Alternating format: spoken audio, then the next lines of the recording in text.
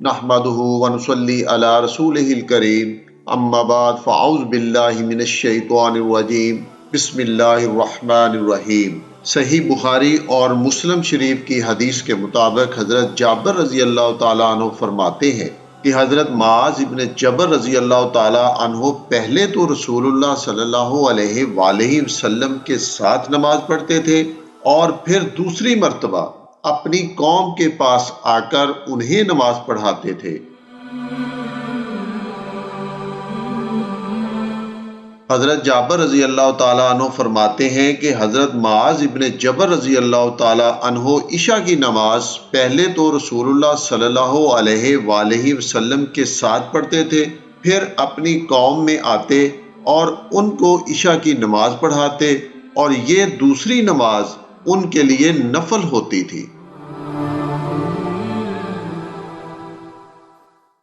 حضرت یزید ابن اسود رضی اللہ تعالیٰ عنہ فرماتے ہیں کہ میں رسول اللہ صلی اللہ علیہ وآلہ وسلم کے ساتھ حج میں شریک تھا، چنانچہ اس موقع پر ایک دن میں نے حضور اقدس کے ہمراہ مسجد خیف میں صبح کی نماز پڑھی۔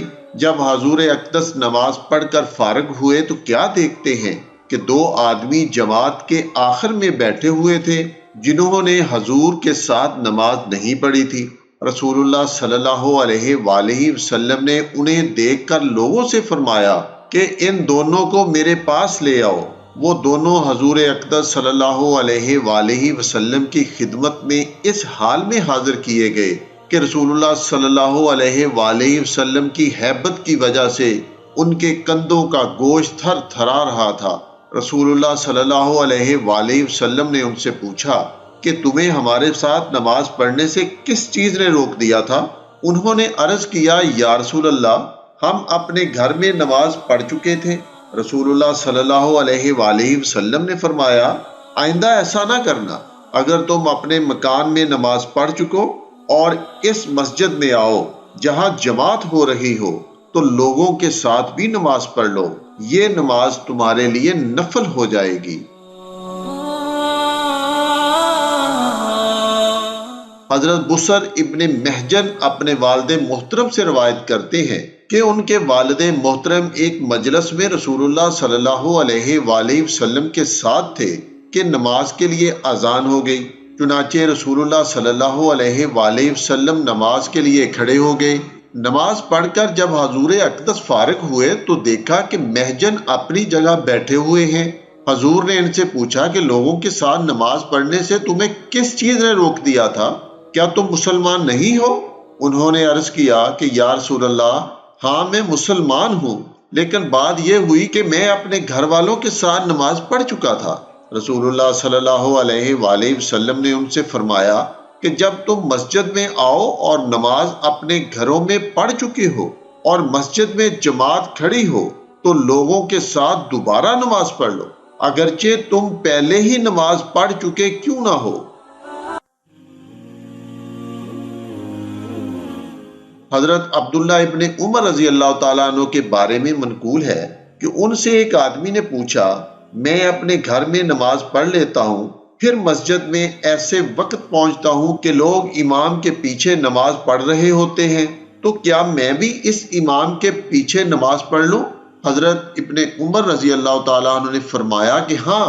پھر اس آدمی نے پوچھا کہ ان میں سے اپنی فرض نماز کسے قرار دوں، پہلی یا دوسری کو؟